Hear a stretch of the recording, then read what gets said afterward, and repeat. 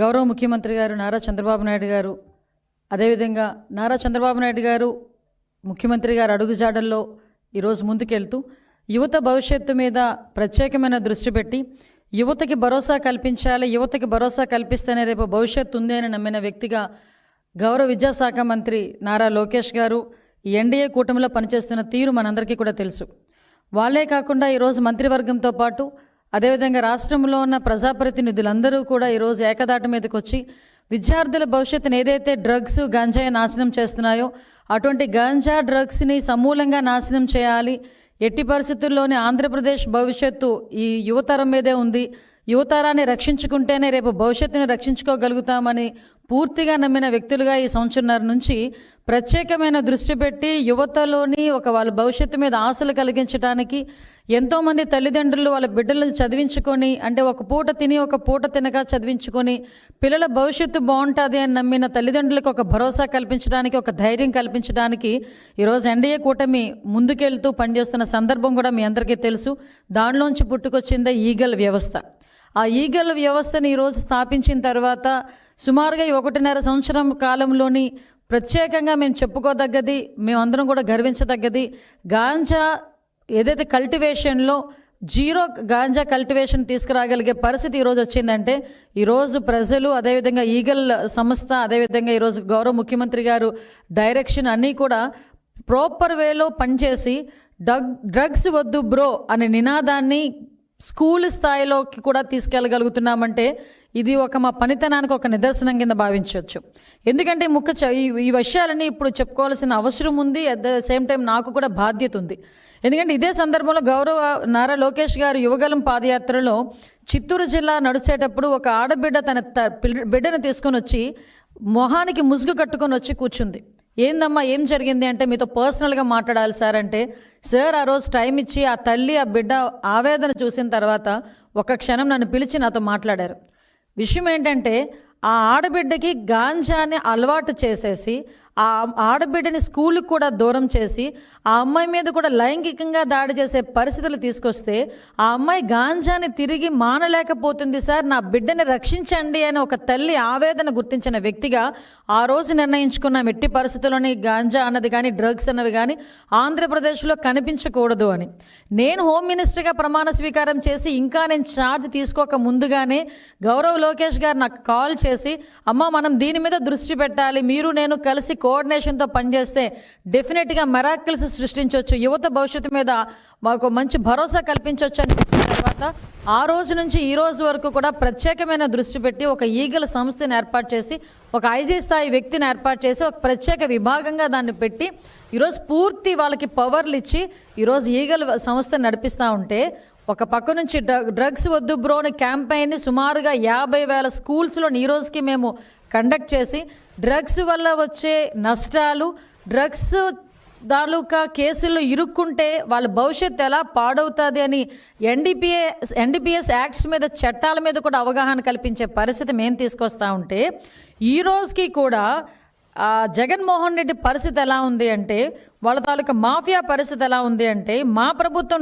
Drugs వద్దు bro అంటే వాళ్ళు ముందుకొచ్చి డ్రగ్స్ తీసుకో బ్రో అనే పరిస్థితిలో ఈరోజు వచ్చారంటే నిజంగా సిగ్గుపడే పరిస్థితి. నేను ఎందుకు ఈ సందర్భంలో మాట్లాడుతున్నానంటే, ఈ సందర్భంలో నేను మాట్లాడాలి కాబట్టి ఈరోజు నేను మాట్లాడడానికి వచ్చా. ఎందుకంటే ఈరోజు ఒక అర్హత లేని వ్యక్తి, ఒక యువత భవిష్యత్తు గురించి మాట్లాడే అర్హత లేని వ్యక్తి, యువతని ఎలాగ ముందుకు తీసుకెళ్లాలనే అంశం మీద మాట్లాడడానికి అర్హత లేని వ్యక్తి జగన్మోహన్ రెడ్డి వాళ్ళ విద్యార్థి విభాగాన్ని కొంతమందిని యువతిని కలిసి ఈరోజు కూర్చోబెట్టి ఒక ట్రైనింగ్ ప్రోగ్రామ్ ఏదో పెట్టాడంట.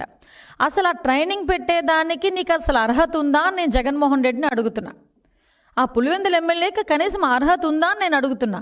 ఎందుకంటే నీ విద్యార్థి విభాగం నాయకుడు కొండారెడ్డి వైజాగ్లో ఏయూలోని ఎంబీఏ చేస్తూ ఈ డ్రగ్స్ని దాందాగా చేస్తూ మొన్న ఈగల్కి టాస్క్ ఫోర్స్ డిపార్ట్మెంట్కి పట్టుబడిన సంగతి జగన్మోహన్ రెడ్డికి తెలీదా? జగన్మోహన్ రెడ్డికి తెలియకుండానే జరిగిందా? ఆ కొండారెడ్డి విద్యార్థి విభాగం అధ్యక్షుడు కాదా? ఆ కొండారెడ్డి అన్న వ్యక్తి అబ్బాయి నాకు తెలిసి హార్డ్లీ 23 సంవత్సరాలు అనుకుంటా. అంటే వయసు కూడా ఎందుకు నేను మెన్షన్ చేస్తున్నానంటే ఏ వయసులోని పిల్లలు ఇలాంటి డ్రగ్స్కి అదేవిధంగా గాంజాకి అలవాటు పడి వాళ్ళ భవిష్యత్తు నాశనం చేసుకోవడమే కాకుండా వాళ్ళ తల్లిదండ్రులకి కూడా క్షోభ మిగిల్చే పరిస్థితి.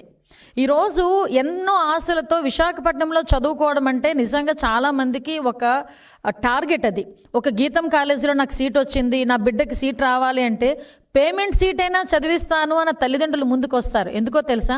గీతం కాలేజ్ లాంటి కాలేజో, ఆంధ్ర యూనివర్సిటీ లాంటి యూనివర్సిటీయో, లేకపోతే డైట్ లాంటి ఇంజనీరింగ్ కాలేజో, ఏదో ఒక ఇంజనీరింగ్ కాలేజీలో నా బిడ్డ చదివితే 4 సంవత్సరాల తర్వాత క్యాంపస్ ఇంటర్వ్యూస్ వస్తే ఏదో ఒక ఉద్యోగం నా బిడ్డ నిలబడతాడు, నన్ను చూసుకుంటాడు అన్న ఒక భరోసాగా ప్రతి తల్లిదండ్రులు కూడా ఒక పూట తిని ఒక పూట తినక లోన్లు పెట్టుకొని అప్పులు సప్పులు చేసి పిల్లల్ని చదివించడానికి యూనివర్సిటీస్కి పంపిస్తే అక్కడ కూర్చున్న మీ విద్యార్థి విభాగం నాయకుడు మీ నాయకుల తాలూకా ప్రోద్బలంతో, మీ నాయకుల తాలూకా ప్రోత్సాహకాలతో వాళ్ళకి డ్రగ్స్లకి బానిసలను చేసి వాళ్ళ జీవితాన్ని ఛిద్రం చేసి నాశనం చేస్తూ ఉంటే కూర్చొని వాళ్ళకి పనిష్మెంట్ ఇవ్వడం పోయి వాళ్ళతో కూర్చొని మీటింగ్లు పెట్టుకునే పొజిషన్కి వచ్చావంటే నీకు అసలు సిగ్గుందా?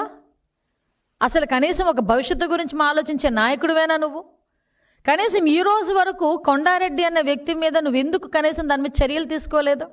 ఎందుకు నా పార్టీకి అతనికి సంబంధం లేదని కానీ, పార్టీ నుంచి తొలగిస్తున్నానని కానీ, పార్టీ నుంచి సస్పెండ్ చేస్తున్నానని కానీ ఒక్క మాట కూడా ఈరోజు వైఎస్ఆర్సీపీ నాయకుల దగ్గర నుంచి కానీ, వైఎస్ఆర్సీపీ నాయకుడి దగ్గర నుంచి కానీ రాలేదు అంటే దాన్ని మనం ఏ విధంగా తీసుకోవాలి?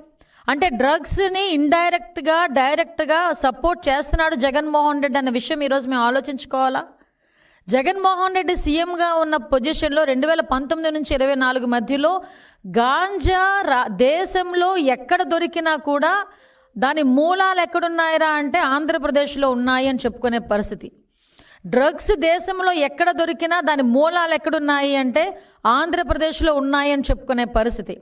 అన్నపూర్ణ ఆంధ్రప్రదేశ్గా ఉన్న ఈ రాష్ట్రాన్ని గాంజా ఆంధ్రప్రదేశ్గా మార్చేసి స్కూల్ పిల్లల బ్యాగుల్లోకి కూడా గాంజాయిని చేర్చిన ఘనత జగన్మోహన్ రెడ్డిది. ఆ రోజు నుంచి ఈ రోజు వరకు కూడా ఒక్కసారి మనం వెనకాతలకు తిరిగి చూసుకుంటే ఎన్ని డ్రగ్స్ దందాలండి, ఎన్ని గాంజాలండి. కనీసం గాంజా కల్టివేషన్ ఎక్కడ జరుగుతుంది, గాంజా కల్టివేషన్ జరిగిన తర్వాత ట్రాన్స్పోర్టేషన్ ఎలా జరుగుతుంది అనేది కనీసం అవగాహన లేకుండా ఆ రోజు ముఖ్యమంత్రిగా ఉన్న ఇప్పుడు పులివెందుల ఎమ్మెల్యే ఏ రోజైనా డ్రగ్స్ మీద గాంజా మీద పోలీస్ డిపార్ట్మెంట్ని కూర్చోబెట్టుకుని ఒక రివ్యూ చేయగలిగాడా? కనీసం ఒక రివ్యూ చేస్తున్నా కూడా కనీసం ఆ రోజు ఏం జరుగుతుంది ఏం జరగలేదు అన్న సంగతి అయినా ఆయనకి తెలిసి ఉండేది. ఈరోజు గాంజాను అరికట్టడానికి, గాంజాను సమూలంగా నాశనం చేయడానికి ఒక సబ్ కమిటీ ఏర్పాటు చేసుకొని గౌరవ ముఖ్యమంత్రి గారు ఒక సబ్ కమిటీని మమ్మల్ని అందరినీ ఏర్పాటు చేసి ఈరోజు 6 మంత్రులతో కూడిన ఒక సబ్ కమిటీని ఏర్పాటు చేసుకొని ఈరోజు ఎవ్రీ టైం మేము దాని మీద ఒక అవగాహన తెచ్చుకొని కార్యాచరణ రూపొందించి ఈగల్ డిపార్ట్మెంట్తోని, టాస్క్ ఫోర్స్ డిపార్ట్మెంట్తోని, రైల్వే డిపార్ట్మెంట్ వాళ్ళతోని మేము కోఆర్డినేట్ చేసుకొని మేము ముందుకెళ్ళి డ్రగ్స్ కానీ గాంజా కానీ ఎక్కడైనా దొరికితే పార్టీలకు అతీతంగా, కులాలకి మతాలకి అతీతంగా మేము పట్టుకొని మేము వాళ్ళకి శిక్ష పడేట్టు చేస్తూ ఉంటే ఒక పక్క నుంచి ఇతగాడు ఏం చేస్తున్నాడంటే ఇతగాడు విద్యార్థి విభాగం నాయకుల్ని ప్రోత్సహిస్తూ డ్రగ్స్ దందా నడిపే పరిస్థితి. యూనివర్సిటీలో ఇలాంటి దందా నడుపుతూ ఆ పిల్లడు చరణ్ అనే పిల్లోడు అబ్బాయి బీటెక్ చదువుతున్నాడు, ఇంకొక అబ్బాయి ఉన్నాడు, ఆ అబ్బాయి కూడా బీటెకే చదువుతున్నాడు. వీళ్ళిద్దరినీ కూడా ఒక పావుల కింద, వాళ్ళిద్దరి పరిస్థితి కూడా నేను వెనకాతలు చూస్తానండి. వాళ్ళిద్దరిని కూడా చూస్తే హర్ష అండ్ చరణ్ వీళ్ళిద్దరిని కూడా చూస్తే పాపం వాళ్ళకి అంటే ఇలాంటి పిల్లల్ని వీళ్ళు టార్గెట్ చేస్తారు. ఎందుకు ఈ విషయాలని చాలా కూలంకషంగా చెప్తున్నానంటే ప్రజలు కూడా అవగాహన చేసుకోవాలి. నేను ఈరోజు జగన్మోహన్ రెడ్డిని తిట్టడానికో లేకపోతే నేను చేస్తున్న పని చెప్పడానికో రెండిటికి కాదండి. నేను చెప్తున్న గవర్నమెంట్ పని, మేము చేస్తున్న పని చెప్తూనే తల్లిదండ్రులు కూడా అలర్ట్ అవ్వాలి. ఇలాంటి పార్టీల పట్ల అలర్ట్గా ఉండాలి. ఇలాంటి పార్టీలకు సంబంధించిన వ్యక్తులతో మన పిల్లల్ని పంపించేటప్పుడు అలర్ట్గా ఉండాలి అని చెప్పడానికి చెప్తున్నా. వీళ్ళు ఏం చేస్తున్నారంటే పేద విద్యార్థులను టార్గెట్ చేసుకుంటారు. వాళ్ళు ఏంటంటే ఫీజులు కట్టేదానికో లేకపోతే వాళ్ళ చిన్న చిన్న అవసరాలకో డబ్బులు లేకపోతే అలాంటి వాళ్ళని పికప్ చేసి అలాంటి వాళ్ళకి డబ్బు ఎర చూపించి మీరు బెంగళూరు వెళ్ళి డ్రగ్స్ తీసుకురండి, లేకపోతే ఇలాంటి అక్కడికి వెళ్ళి ఒక స్మగ్లర్ ఉంటాడు, స్మగ్లర్ని కలవండి మీకు ఇన్ని డబ్బులు వస్తాయని చెప్పి వాళ్ళని మోటివేట్ చేసి వాళ్ళని పంపించే పరిస్థితి వచ్చింది. ఈరోజు ఎన్డీపీఎస్ యాక్ట్ అంటే అంత చిన్న యాక్ట్ అనుకుంటున్నారా?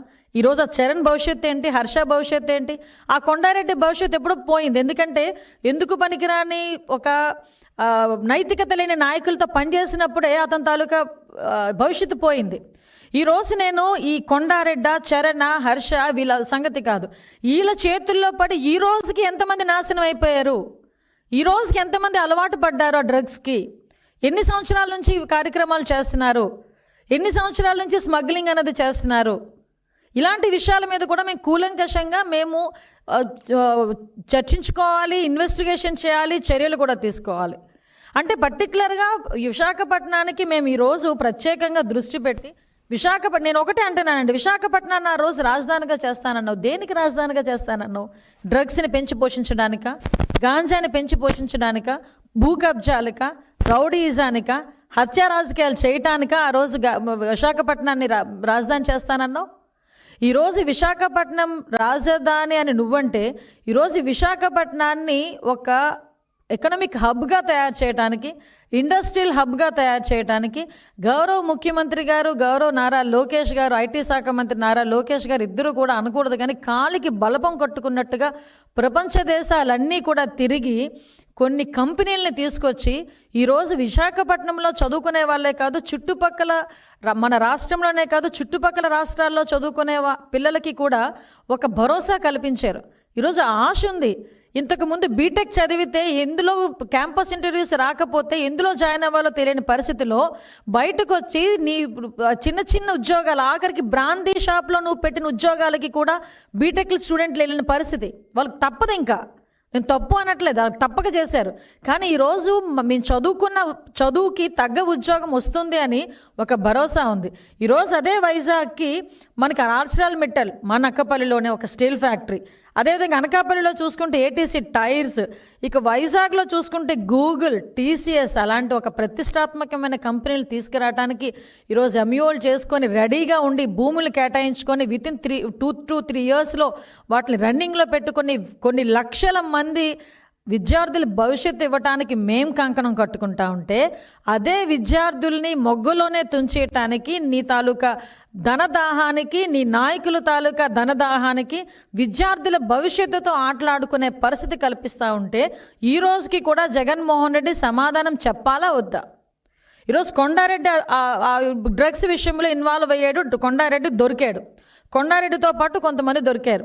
ఈరోజు మీరు అనొచ్చు కొండారెడ్డికి మాకు సంబంధం లేదని. ఇక్కడ ఒక విషయం క్లారిటీ ఇస్తున్నా ప్రజలకి.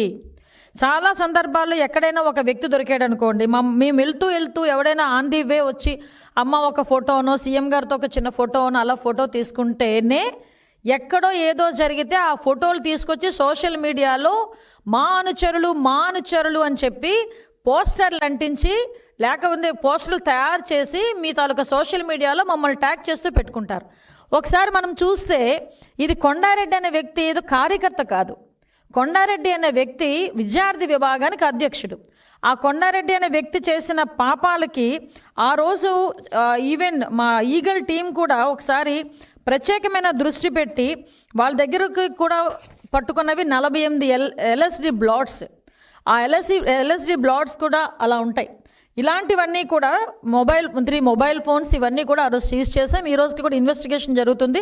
అది పక్కన పెడితే హూ ఇస్ దట్ కొండారెడ్డి ఒకసారి మనం పెట్టుకుంటే ఒకసారి ఇంకా ఫొటోస్ ఒకసారి చూద్దాం. పులివెందుల ఎమ్మెల్యే గారితో ఒక ఫోటో, నాకు తెలిసి పులివెందుల ఎమ్మెల్యే గారితోనే మళ్ళా మా కోడిగుడ్డు మంత్రితో ఒక ఫోటో, ఆ కోడిగుడ్డు మాజీ మంత్రితో ఒక ఫోటో, అప్పటి ఎంపీ గారితో ఒక ఫోటో, ఇంకా చాలా ఉన్నాయిలేండి, ఆ లీలలు చాలా ఉన్నాయి. సో ఇలా ఎందుకు నేను ఈ ఫోటోలు చూపిస్తున్నానంటే కూడా చెప్తున్నానండి. నేనే అంటాను చాలా సందర్భాల్లో క్రిమినల్కి పార్టీలు ఉండకూడదు, క్రిమినల్కి మతం ఉండదు, క్రిమినల్కి కులం ఉండదు నేనే చెప్తా. ఎస్, ఈ రోజుకి నేను కట్టుబడి ఉన్నా.